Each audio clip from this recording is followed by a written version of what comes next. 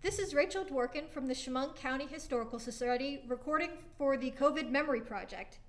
Today is July 15th, 2020, and I am here interviewing Olivia Whitmarsh. I am a college student from the area and I go to SUNY Geneseo. Okay, and what year are you? I'm going to be going into my senior year. I just finished my junior year. Okay.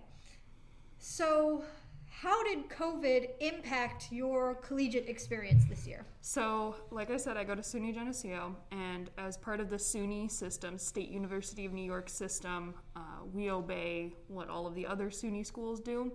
So, when the pandemic started getting really bad in the city and the Westchester area downstate, that prompted schools to close campuses, convert to remote learning.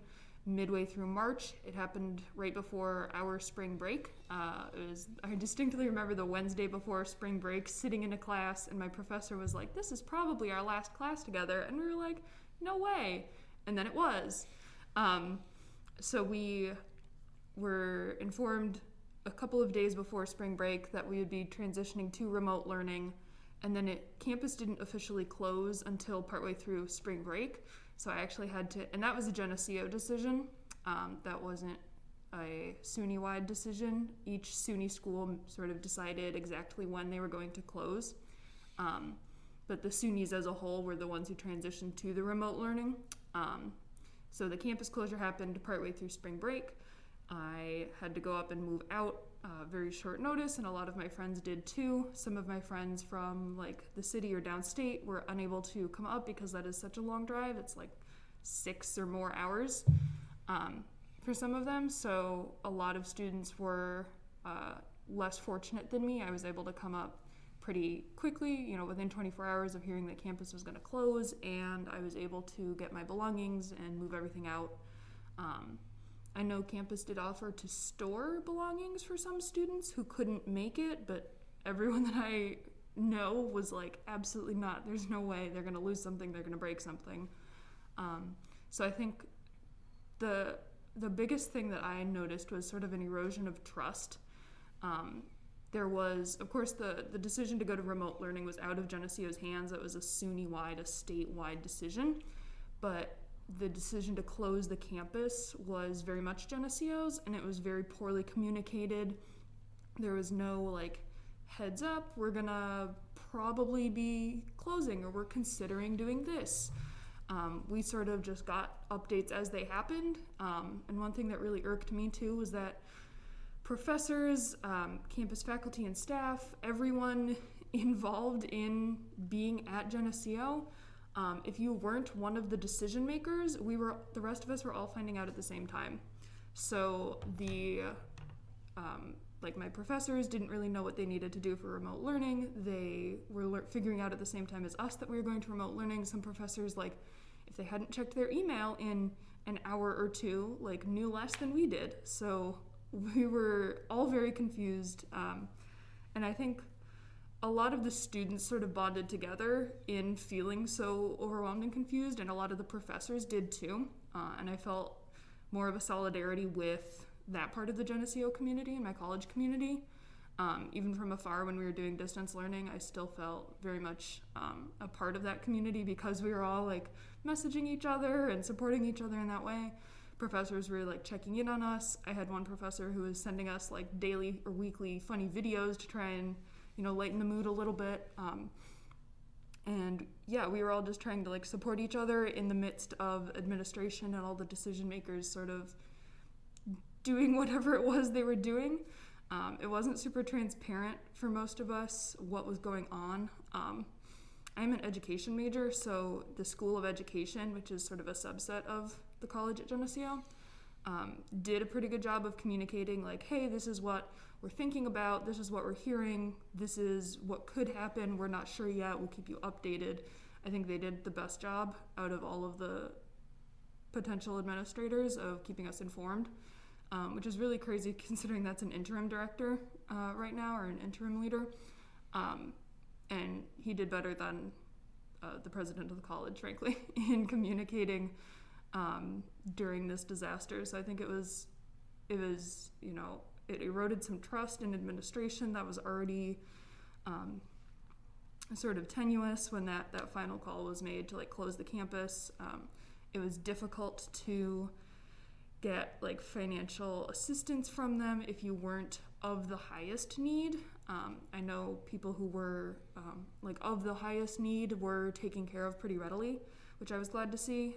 But those of us who were like on financial aid and need our scholarships and, you know, we're looking for like the refunds and things and the grants that would help us out, it took a lot longer.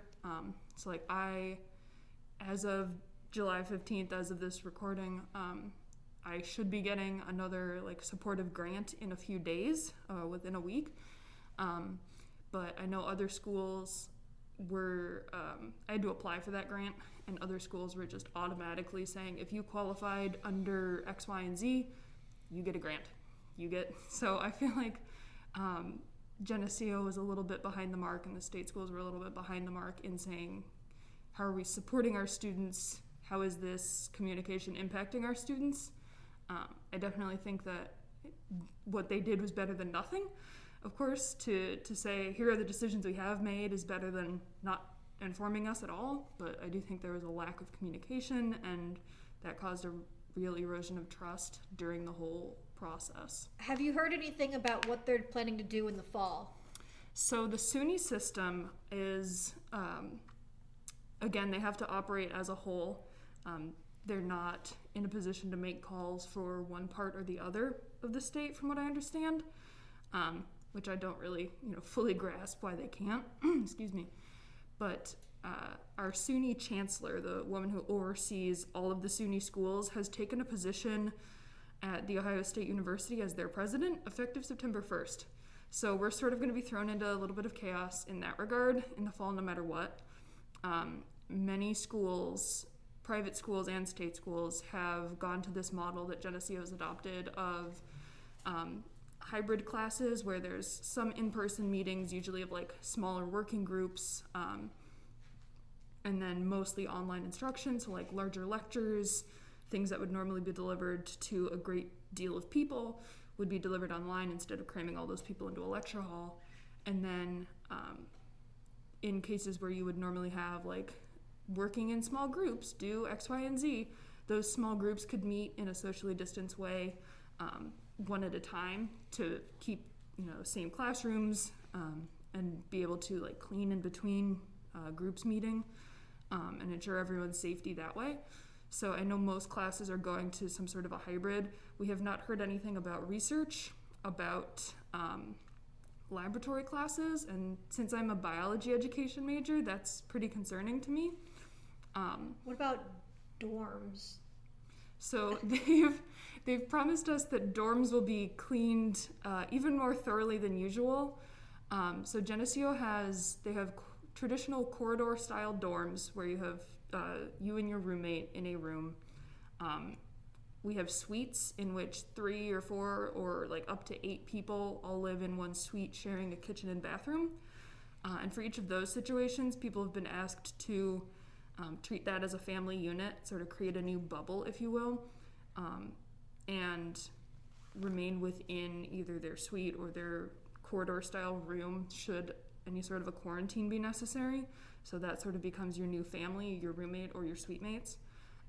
Geneseo also has townhouses, which are groups of 4 or 5 people that live in sort of an on-campus apartment. Mm-hmm. And those are not cleaned by campus staff normally, and they haven't said anything about whether or not those will be cleaned by campus staff during the semester at all. They're normally cleaned once a year, like right after everyone moves out. So I know that they went through and cleaned really thoroughly once everyone was gone from campus, but I'm not sure how that's going to work, and I live in a townhouse, so I'm really curious about how that's going to work. And they also haven't provided any guidance for student teachers. So since I'll be student teaching in the fall, I am beholden to the public school schedule. So I listen to the schedule of the school district in which I am placed for my, when I need to be present, when we'll be distance learning, anything like that. But things like doing a health check-in on an app, which they've said they're going to do, or monitoring like symptoms and things like that, I'm not sure how that applies to me as a student teacher, since I'll be, leaving campus and coming back every single day. So it's very, I've emailed, and I've had a higher up administrator from the college email me back saying, we're not sure, but thank you for bringing this up so that we can look into it more. So I'm very unsure what a lot of things are going to look like, and I think most other people are too. Okay. So tell me a little bit about the types of instruction that you've been getting in terms of like classes, how that's been going, like with the online portion. So I, coincidentally, I had planned to take an online course at the beginning of this summer since a year and a half, 2 years ago. So I had been planning on one part of virtual instruction, and through some, so I took that in late May through the month of June. It was supposed to be an art history course, so very have lectures posted and write the paper and submit it online sorts of things. It ended up being a fine arts course where I actually had to make art projects, and that was a course that this college had never run online before. I took it through a community college, Corning Community College, so that it would be a little bit cheaper. And it was a course that had never run online before, and they were trying to transition a lot of courses online during, obviously, the pandemic. And it was really tough to be able to do something like an art course because I had to gather a lot of my own materials. I paid an extra lab fee to get some of those materials mailed to me, but it was really difficult because I still had to go out and find several other materials and buy some things, which I thought was really unfair because if people, obviously, what the outcomes were for people in that situation. It was really difficult to be able to communicate with a professor on something so subjective when everything was remote. It was doable, but it was challenging. Everything was submitted online. And I know use of email and online submission and keeping materials organized online is something that has been consistent throughout my entire college experience, so those things aren't new to me. They're actually one of the most convenient things I found in the transition from high school to college. I really like having everything online in one place, all the files together, lectures to go back and look at. So things like that I'm pretty used to, but during the second half of the spring semester, so March through May, it was kind of crazy, to say the least. I was taking 6 classes, and I was assisting an undergraduate lab. And in all of those, so 7 total courses that I was involved in, every single one had a different response. Most of them, a couple of my classes said, we're going to drop this project, that paper, shorten this part. A lot of them said, this is, we're a little overwhelmed too. Professors, like I said, were finding out about things just as students were. So, professors and students being both in the same boat. Sort of professors made the call of often we're gonna lessen things, we're gonna not stress everybody out more. They are learning, we are learning how to do this while still hopefully learning the material. So a lot of professors were really lenient, especially with due dates and online internet access. It was very tricky to coordinate synchronous meetings and stuff now that people were home. I know a lot of people worked for gas stations and grocery stores and essential businesses that were open, so they needed to work as soon as they went home because they were still, paying for an apartment in Geneseo or something like that. I know not a lot of landlords, I don't think I know of any landlords that cut anyone a break. They were like, you paid for a semester, too bad. So it was really difficult to do synchronous classes. 2 of my classes, my 2 education courses, stayed synchronous during our usual meeting times, but they were also a little bit more lenient about, since they were back-to-back in the evenings, they were like, we'll meet one class this day, and then the other class later this week, so you only meet with each of us once this week. We did that once or twice, and that was helpful. So each professor sort of found ways to either lessen the amount of work that we needed to do or the amount of time that we needed to meet, just to accommodate everyone's needs. And every single professor that I had personally found a way to make it a little bit easier. I know people who had the opposite experience, where professors were like, you have so much time on your hands now, you can do all of this other work. and had a more difficult semester than they normally would have. And I think that was just sort of the luck of the draw. Many of my professors, my 2 education professors, were adjuncts who also teach at a high school. So they were obviously had a lot on their plate anyway, trying to transition their kids to, or their students, I should say, to online learning. Several of my professors have children. One of my professors was pregnant during this, and she recently had her son, who is very healthy and happy, thankfully. But all of these professors also had things on their plate that necessitated them making the course easier for both students and professor. And not everyone had that experience. Some professors just wanted to teach more, and so they did, and added much more to everyone's plates. So the Geneseo second half of the spring semester was a little dicey for some. I think it went well for me overall. The summer course that I took through Corning Community College, like I said, I'd been planning to take that online for forever, but I'd also, been planning on it being an art history course and sort of a more bookish teach yourself sort of course rather than a fine art course. So that was a different sort of challenge. I think overall I was pretty fortunate to have the experience go the way that it did. I know one of my friends took an online anthropology course at the same time I was taking my art course, and she and I had very different experiences. Her course was a lot of heavy lifting, a lot of intense readings per week, and a lot of writing every week, and group projects remotely, and all sorts of unusual things when I was working completely independently, and it was, a few pages of textbook reading or something like that. It was much easier for me. So again, I think it was really just the luck of the draw in who had a more fortunate semester and who didn't, without even taking into consideration like anyone's backgrounds or home life. Just academically, it was really sort of a shot in the dark. So speaking of backgrounds and home life, you live in fairly rural Horseheads. Had you had internet before this? No, we didn't. So when Geneseo made the call, so the week before spring break in March, we learned that we would be going to online learning, to remote learning. So when SUNY made that call, Geneseo still had not closed their campus. And Geneseo's first step in this whole process was to say, hey, there's a pandemic going on. And this was in like late February.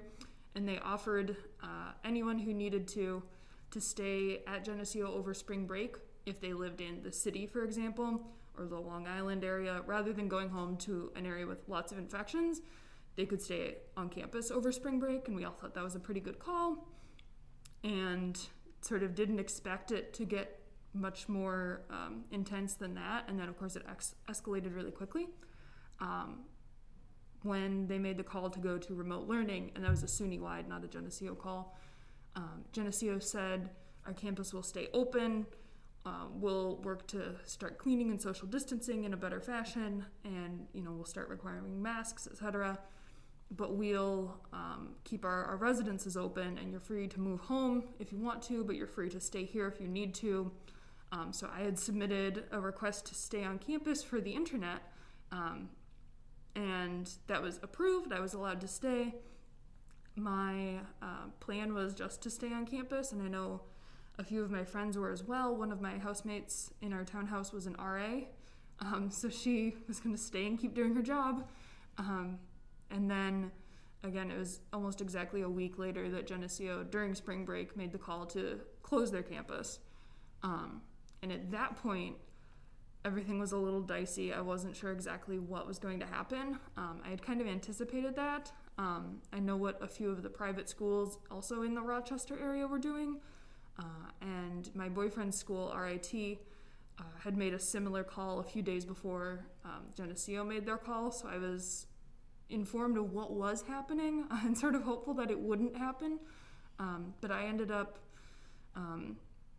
as I said earlier, moving out of campus over spring break. stayed at my parents' house over spring break, but of course we don't have the internet there, and I really needed to be on all hours of the day, at weird hours of the day, and it made sense to live in a residence with internet, so I ended up moving into the house that my boyfriend and his housemates rent near RIT, so still in the greater Rochester area, and fairly close to Geneseo, coincidentally. So I ended up being in an atmosphere that worked a lot better for me as far as working from home, if you will. I was able to access the internet, sort of maintain a college feeling. I was living with all other college students. It ended up working out really fortunately for me that I was able to move in, and the landlord was super accommodating of the circumstances.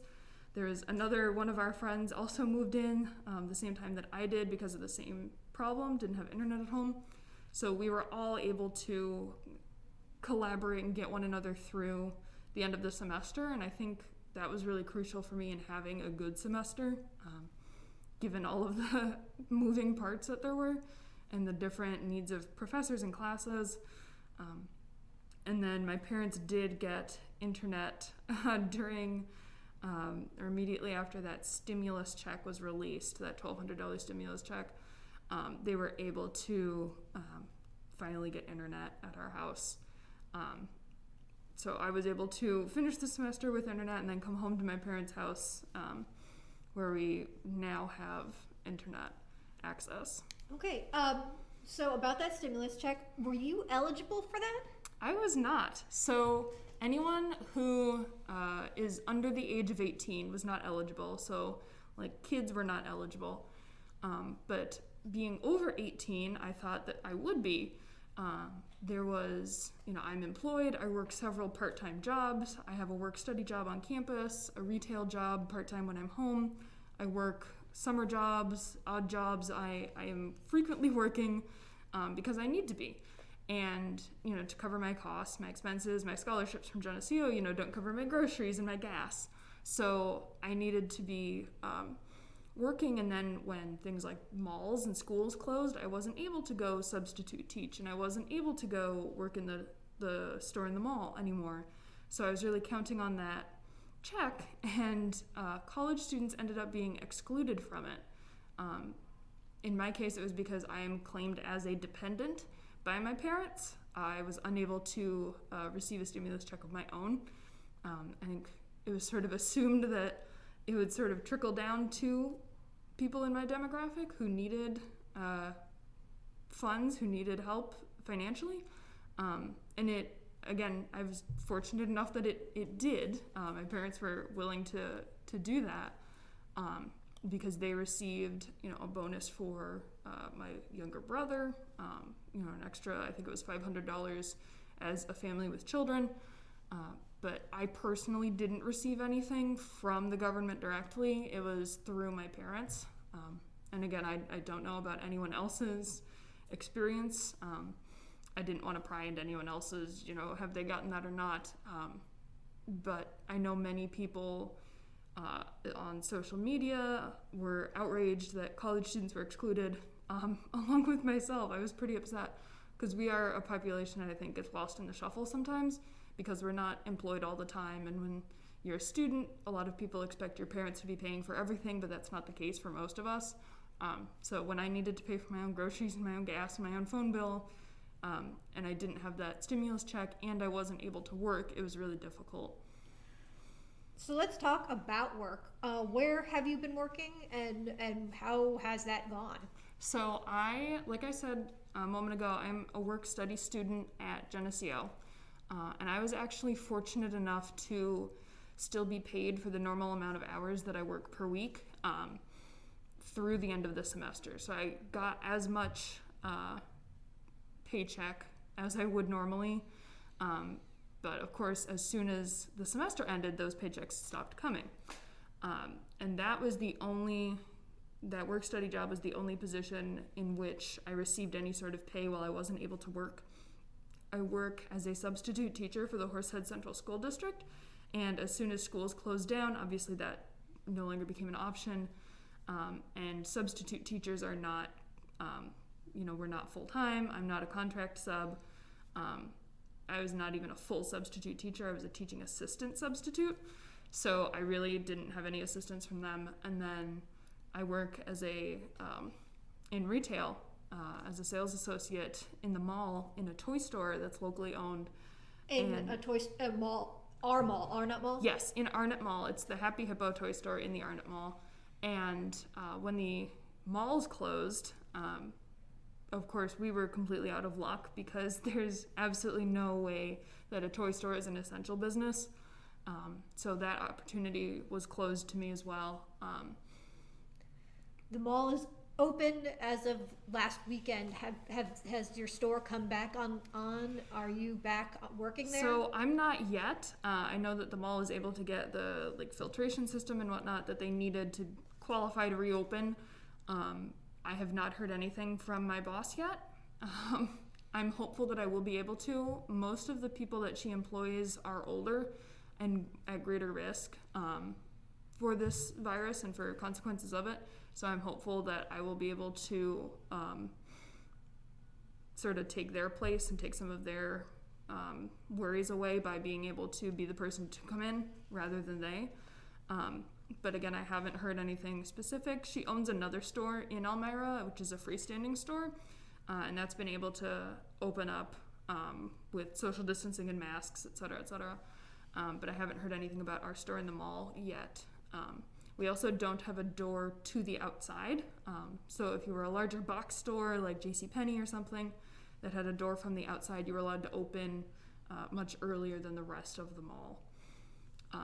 As for summer jobs, I was supposed to be working at Cayuga Nature Center full-time as a summer camp counselor. And they also had another position available to me as an educator during the end of the school year because they have several field trip groups coming through. So I was actually going to be working 2 jobs for them. And of course, when schools closed, that field trip job got canceled. And they eventually made the call to shut down their summer camps. So I wasn't able to work there as well. One of the other jobs that I had applied to and had turned down while I was searching for summer jobs before the pandemic was the Cornell summer camp program, and they were able to transition their program online, and so that's who I'm currently working for. I teach a webinar once a week. The past 2 weeks I've taught veterinary science related webinars, and the next 2 weeks I'll be teaching bioengineering webinars. So things that are sort of in my wheelhouse still, fortunately, things that I am interested in and knowledgeable about. It's very different and very weird to be teaching over Zoom after having been a student over Zoom for a few months. I think it's a really valuable experience, especially going into my student teaching in the fall. Should we need to transition to online learning, I will have had a little bit of this under my belt, but it does not come close to the summer camp experience that I was really hoping to be able to be a part of this summer, and of course just for everyone's safety that can't happen. Okay, so online learning, it's becoming a thing. Have you received any instruction as part of your education courses on how to do online learning, or has it all just been on, well, I experienced online learning and I liked this aspect and didn't like that aspect, so that's what I'm carrying forward? Like, what kind of help have you received? Definitely the latter. I have not received anything explicit about online teaching. Geneseo did provide some resources for online learning, suggestions mostly directed to external third-party resources for studying on your own, sort of a ramped up version of what's normally provided by the college. So tutoring help, things that you might normally walk into an office and ask the tutor for help, were transitioned online. So resources like that were available to me as a learner, but there was nothing available to me as a teacher, or at least nothing that was made readily available to me. And even in my education classes, those teachers are trying to figure out how to transition their high school courses to online learning. And it was really more crisis learning than online learning. And what I've heard from a lot of my previous teachers and other teachers that I know from my other field experiences in the Rochester area is that The spring semester really was crisis learning. It was transitioning things that were supposed to be in person to online at the very last minute with no way of holding students accountable fairly.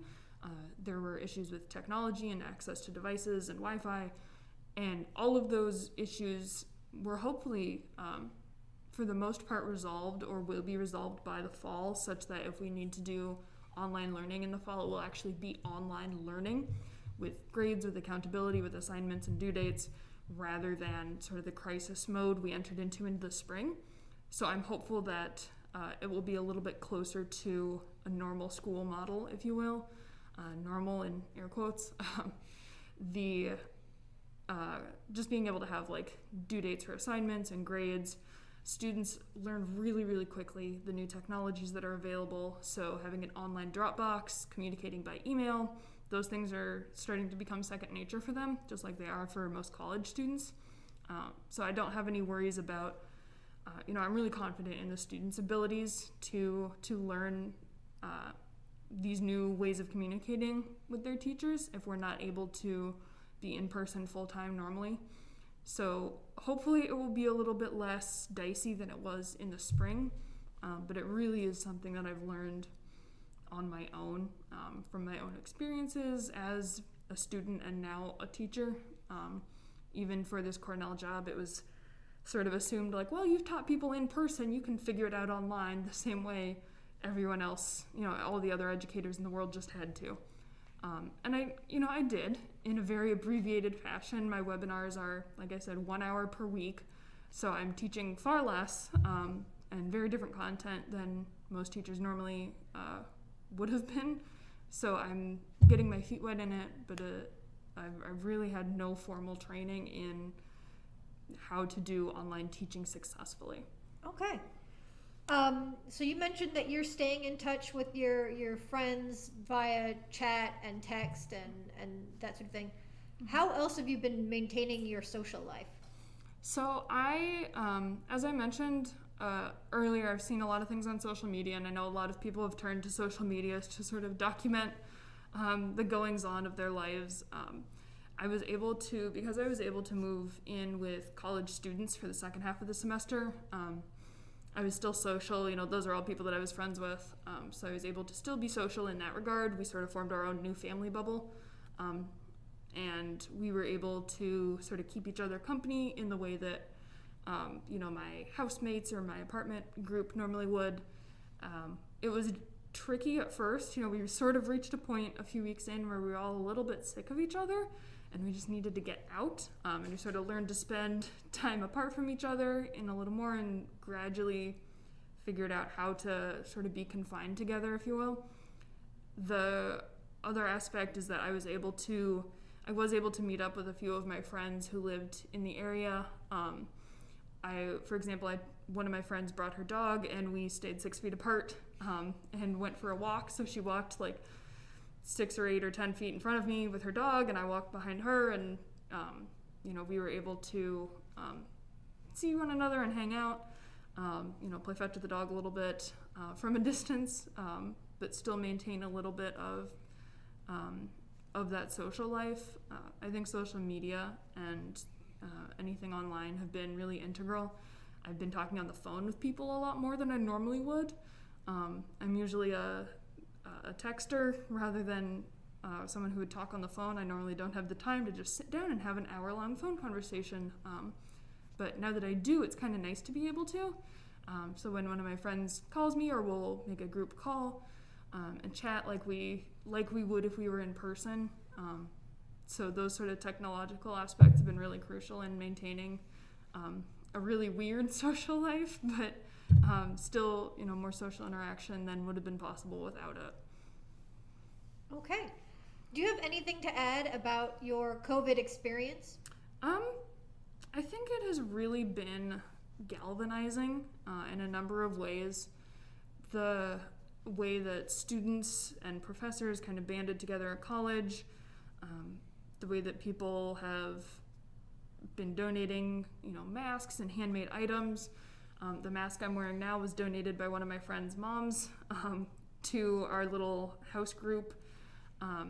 She's a very prolific crafter, and she's been making tons and tons of masks. I know a lot of people have been either donating goods or services or time or money, and it's been such a mixed bag of emotions this whole pandemic, to see some people just truly caring and giving as much as they possibly can. Has been heartwarming, despite the sort of terrifying circumstances, and seeing the lack of regard for top science officials and the wearing of masks and maintaining of social distancing has actually made me want to become a science teacher even more.